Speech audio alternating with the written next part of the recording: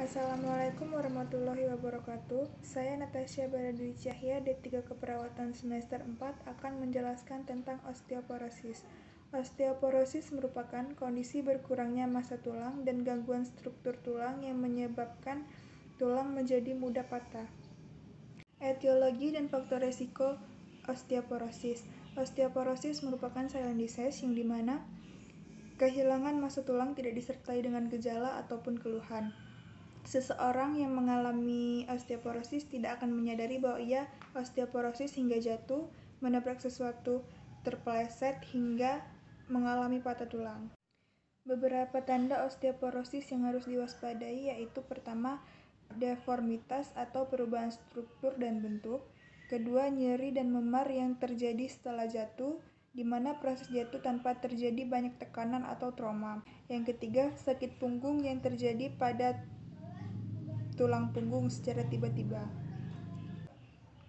Patofisiologi osteoporosis. Patofisiologi osteoporosis berkaitan dengan perubahan kepadatan dan kekuatan tulang akibat ketidakseimbangan pembentukan dan resorpsi tulang.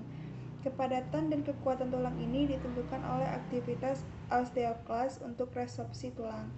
Ketidakseimbangan proses berupa peningkatan resorpsi hingga melebihi pembentukan tulang dan jangka panjang akan menyebabkan terjadinya osteoporosis. Puncak massa tulang biasanya tercapai pada usia 30 tahun. Setelah itu, perlahan massa tulang menurun menjadi semakin berporos dan tulang trabekula menipis. Puncak massa tulang yang tidak kuat mengakibatkan densitas massa tulang rendah.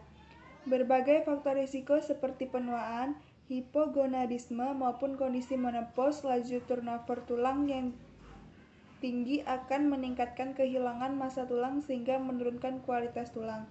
Penurunan massa dan kualitas tulang akan meningkatkan kerapuhan tulang. Tulang menjadi rentan fraktur. Manifestasi klinik yang pertama, gejala osteoporosis antara lain terdapat rasa sakit tidak menjalar atau menyebar ke daerah lain. Yang kedua, nyeri karena gejala osteoporosis ini dapat dirasakan lebih dari 3 bulan.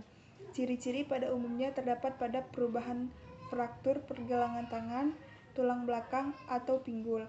Yang ketiga, fraktur terjadi ketika penyakit ini sudah dalam tahap lanjut di mana penipisan tulang yang parah dan kerusakan sudah terjadi.